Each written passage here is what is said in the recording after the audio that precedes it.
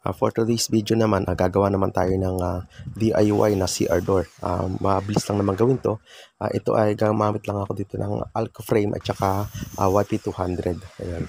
Bali, pinuputol ko na yung kanyang frameter o yung kanyang pinaka-framing. Ayan. Bali, yung hamba na to is as is na. Yung dati meron siyang plastic door.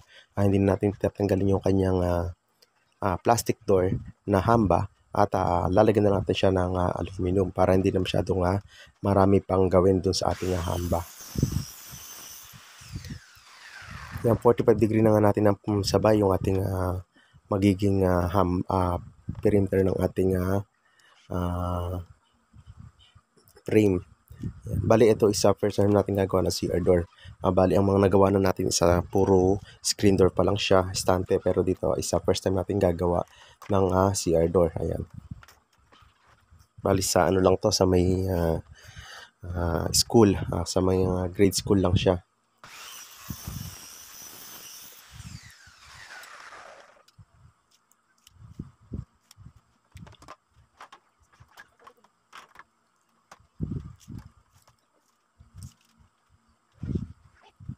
Bali, gumagamit ako dyan ng clamp para instead na gumamit ako dito ng masking tape para pag isang putol at di siya gagalaw, kinaklamp ko na lang siya. Same lang din naman yung kanyang gawain nun para wag lang siyang gumalaw kapag pinuputol na natin sa ating miter saw.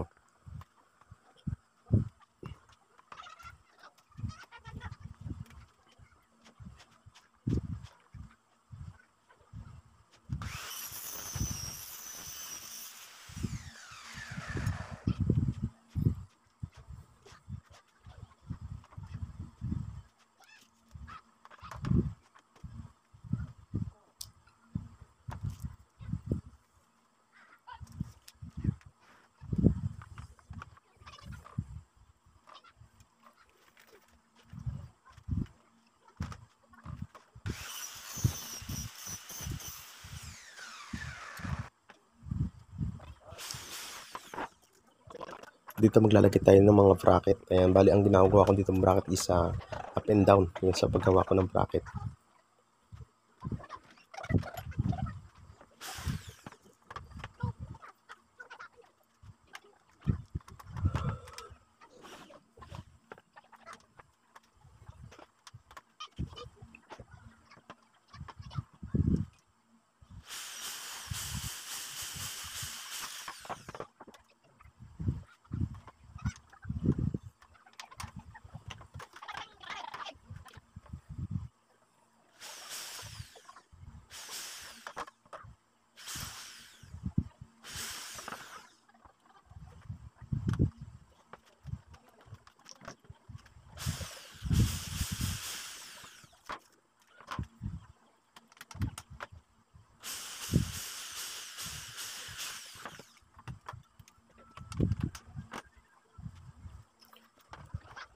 Bali, sa bracket nga pala ito, isa ganun ang ginawa ko dito. Yung kabilang vertical niya, yung hindi natin siya i-fix.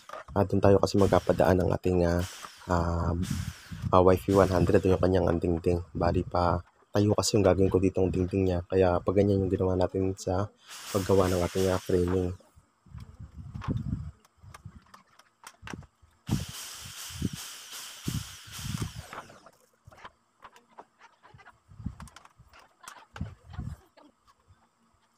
Kaya ang papasin nga dito is sumusukat ako kasi maglalagay ako ng angular dun sa pinakaloob niya.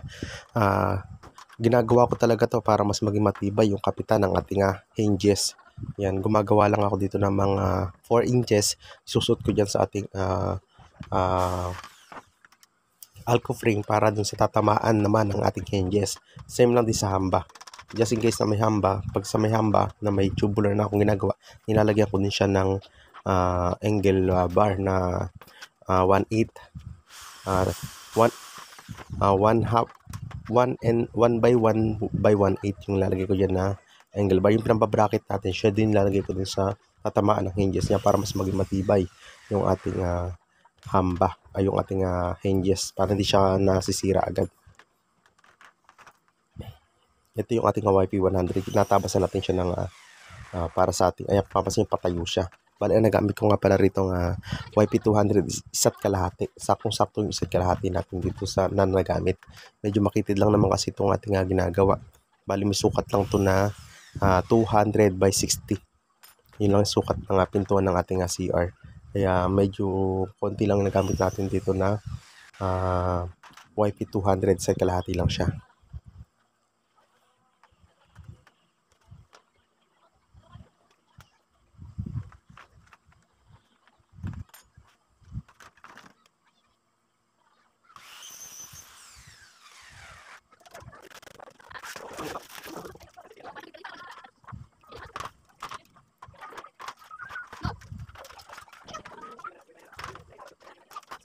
Yan, tinanggal ko na yung kabilang side dahil dito ko na isusuot yung ating YP200. Yan.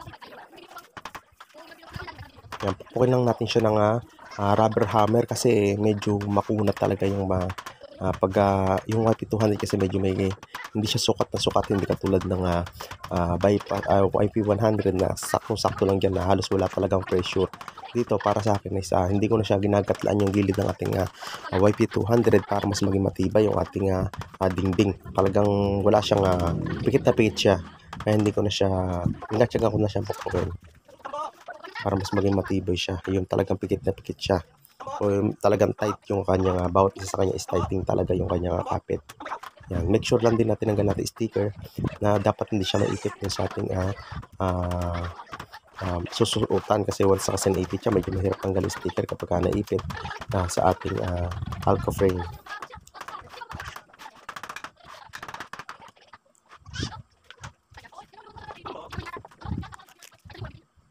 Yan, tatanggalin muna natin dito yung sticker.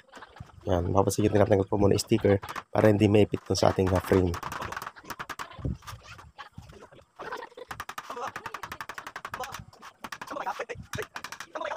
Ordinary CR daw lang naman kasi yung pinapagawa sa atin, pero ako instead na gumamit ako ng stuko, gumamit na ako rito ng ating ng YP200 para mas maging matibay yung ating CR door. Kaya naman ng budget kaya pwede na rin.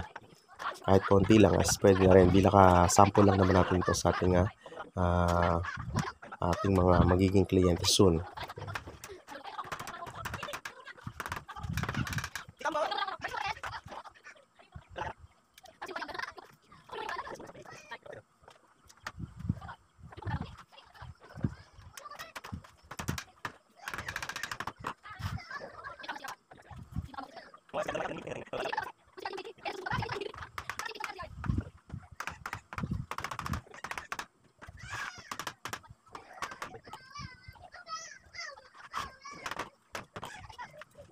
At ito, halos tapos na yung ating ginagawa na CR door. Ayan. Dito i-rivet ko na yung kanya mga dulo-dulo. Ayan, para pikit na pikit siya.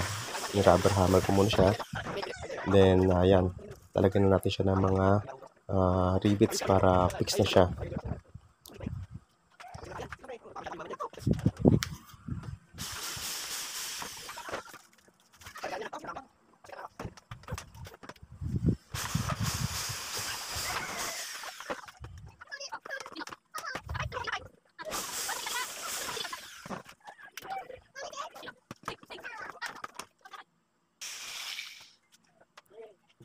Dito maglalagay na rin tayo ng bisagra. Bali, 3 hinges yung ilalagay ko dito.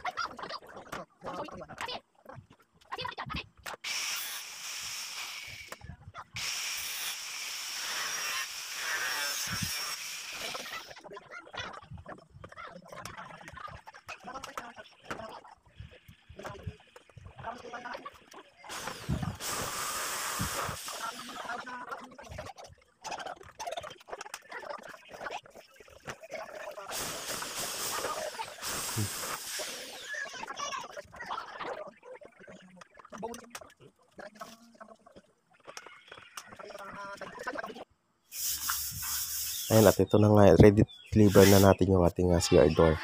At ito, naikabit na natin yung ating CR door. Ayan, papansin nyo nga rito, meron tayong nilagay dito na tubular na 1x1. Ayan, hinati ko lang siya sa gitna para maging angle siya, para mailagay natin bilang bisagra, o bilang bracket. Ayan, papansin nyo, ayan, pati dito meron din tayo rito sa pinaka-door niya. Gawa nga nasira na yung ating plastic door, kaya gumamit na lang ako dyan ng pinaka-bracket niya para mas maging matibay pa yung ating CR door. Dahil once na wala yan, bubuga lang din yung ating rivets dito sa ating plastic hamba. Ayan, meron siyang mga bracket. Yan na lang halos yung nagdala dyan. Ayan, para makatipid yung ating client. Ayan, lalagyan ko siya dito na tubular lang yan na hinati ko. Ayan, para maging angle siya. Para manipis lang, hindi kasi pwede angle, talagang angular ang gagamitin natin yan kasi sisikip na masyadong pinto natin. Ayan, papasin nyo, ayan na yung po niyang finished product. Ayan, ganun lang guys, and thanks for watching.